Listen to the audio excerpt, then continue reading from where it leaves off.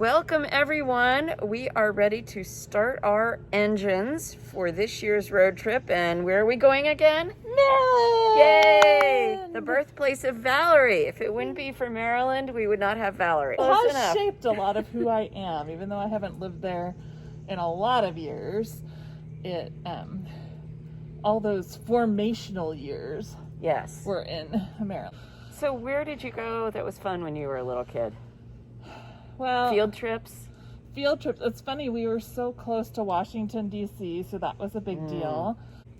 Antietam Battlefield is in Maryland. There were just like all sorts of places. My dad would take us camping, but Mom wouldn't go. She stayed home and had peace and quiet. Oh, she And was then smart. we went camping in the rain. We said we were going to hire ourselves out to the farmers because every time we went camping, it poured. Did you ever go to the National Aquarium at Baltimore? Yes. Yeah. That's one of my favorite places. We went there a number of times. And in fact, I missed out on like a special members only grand opening of the Dolphin Pavilion. Oh, man. Because like it used to be one,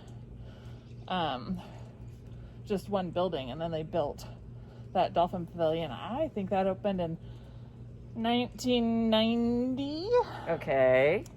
And I missed out on it. My parents went, and I had spent the night at a friend's house, and my parents went, and they hadn't told me to be home by such and such a time if I wanted to go to this amazing once-in-a-lifetime experience.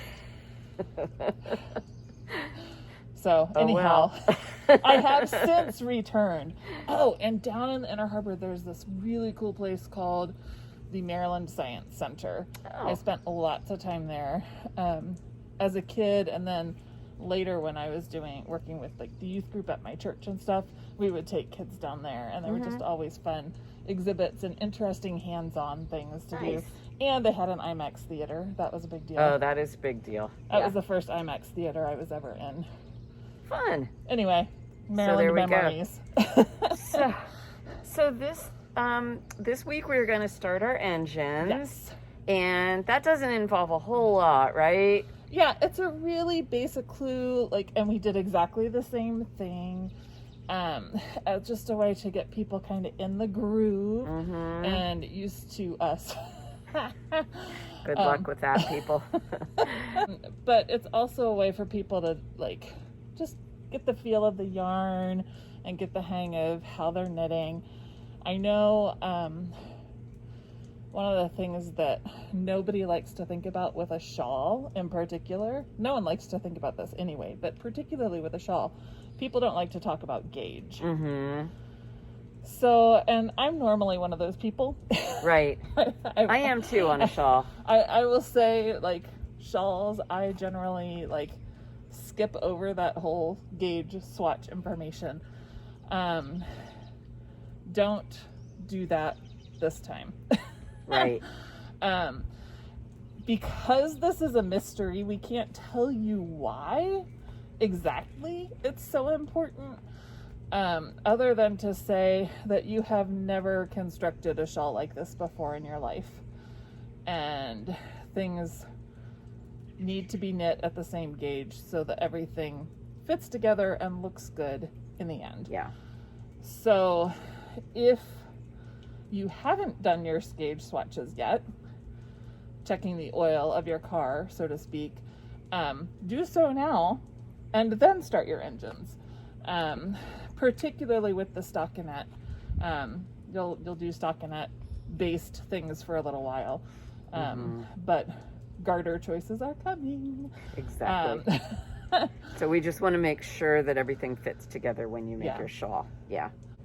Keep an eye on your gauge throughout knitting. Like, I would periodically whip out my little ruler and just measure at various sections in the project.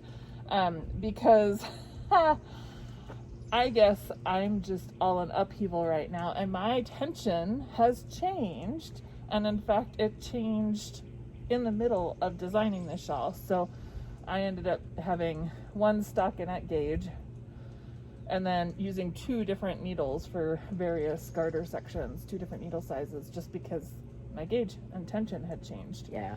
So, and I see a lot of times people will do a gauge swatch, and then the actual garment will grow a little bit because they're trying to be good knitters during the gauge swatching. right. And then once they start going, they loosen up. So Yeah. I see a lot of that. Yeah.